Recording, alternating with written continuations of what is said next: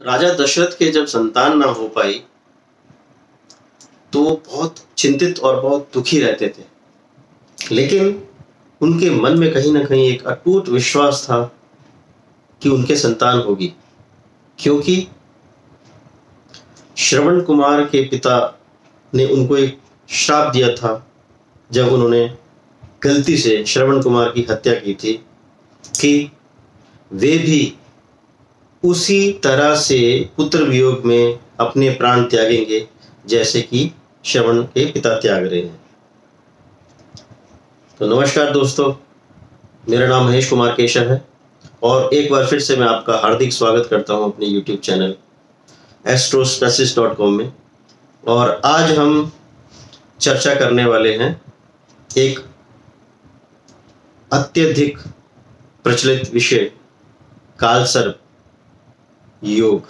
जी हाँ, मैं इसको कालसर्प योग बोलता हूँ। कालसर्प योग है, दोष नहीं, जाने अपनी स्वयं की पत्रिका से। तो जिस प्रकार मैं राजा दशरथ के बारे में आपको बता रहा था, वो श्राप एक बहुत बड़ी शक्ति, एक बहुत बड़ी उम्मीद की किरण उनके जीवन में रही, जो आपके एक विचार के साथ एक जीने की राह को जोड़े। वो योग है, दोष नहीं। तो इसी प्रकार बहुत सारे ऐसी पत्रिकाएं हैं हमारे इतिहास में भी, जिनका मैं अगर नाम लूं तो आप हैरान होंगे कि कालसर्प की इस योग के कारण ऐसे ऐसे महापुरुषों ने अपने जीवन में कितने बड़े बड़े नाम कमाए। कालसर्प अगर संघर्ष का प्रतीक है, आपके जीवन में अड़चन डालने का अगर प्रतीक है, तो इसका योग यकीन मानिए आपके अंदर ऊर्जा, उस संघर्ष से विजय होने की, वो जिद, उस जिद को हासिल करने की, कभी ना टूटने की ऐसी क्षमता आपके अंदर उस योग से ही मिलती है। और कालसर्प योग के जातक जीवन में अपने लक्ष्य की प्राप्ति के लिए निरंतर प्रयास करते हैं, अथक प्रयास करते हैं। चाणक्य, उनका नाम आपने सुना होगा। आदि गुरु शंकराचार्य का नाम आपने सुना होगा। कौटिल्य ने अपने मानसिक, अपनी बुद्धि बल से चंद्रगुप्त को सम्राट बनाया। सिकंदर जैसे विजय रथ को लेकर पूरे विश्व को विजय के लिए निकले हुए एक ऐसे सम्राट को उन्होंने विवश किया, भारत की भूमि से एंटर ना करने दिया, उनको आने ना दिया और उनको भगा दिया वहां से। आदि गुरु शंकराचार्य ने हिंदू धर्म की पुनर्स्थापना की। केदारनाथ, बद्रीनाथ, जगन्नाथपुरी और रामेश्वरम जैसे 4 धाम हमारे लिए बनाए उन्होंने, जो हम और आप सब जानते हैं। इसके अतिरिक्त बहुत सारे ऐसे राजनेता,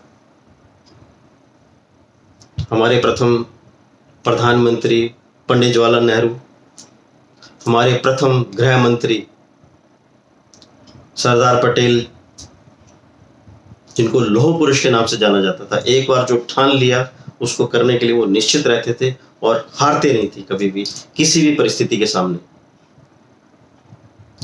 उद्योगपति हो, फिल्म जगत से लोग हों, बहुत सारे ऐसे लोग, दिलीप कुमार, लता मंगेशकर, ऐसे बहुत विख्यात नाम हैं जिनकी जन्म पत्रिका में कालसर्प का योग बना हुआ है और था।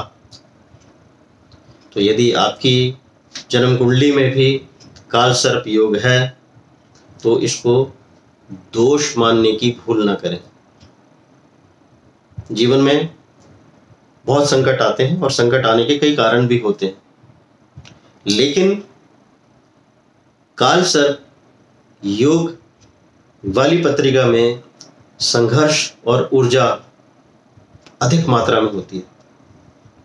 बहुत साधारण तरीके से मैं आपको और व्याख्या करना चाहता हूं कि ये काल सर्प बोला क्यों जाता है, इसको क्या है ये काल सर्प, सुना तो बहुत है आपने, और क्यों बनता है, हम अपनी पत्रिका में इसको कैसे पहचानें। तो इसके लिए सबसे पहले तो हमको ये पता होना चाहिए कि ये काल सर्प है क्या,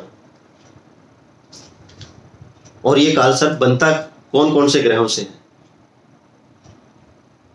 तो राहु और केतु, इन दोनों ग्रहों से, जो कि छाया ग्रह हैं, इनकी एक दिशा में जब सभी ग्रह आपकी पत्री में होते हैं तो उसको काल सर्प बोला जाता है। लेकिन बोला क्यों जाता है उसका कारण मैं आपको बताता हूं। राहु जिनके नक्षत्र स्वामी यम काल है, तो यहां से काल शब्द लिया गया, और केतु जिनके नक्षत्र स्वामी सर्प हैं, तो काल सर्प। इन दोनों ग्रहों के बीच में जब पूरे के पूरे ग्रह फंसते हैं तो ये काल सर्प योग बनता है। मैंने उदाहरण कुंडली आपको प्रस्तुत कर रहा हूं। अगर इसको आप ध्यान से देखेंगे तो मैंने कर्क लगन की कुंडली बनाई है, और उसमें आप देखेंगे कि 12वें घर में 3 नंबर मिथुन राशि में, और 6ठे घर में धनु राशि में केतु, राहु और केतु के एक्सिस में इधर आप देखेंगे तो सारे के सारे ग्रह हैं।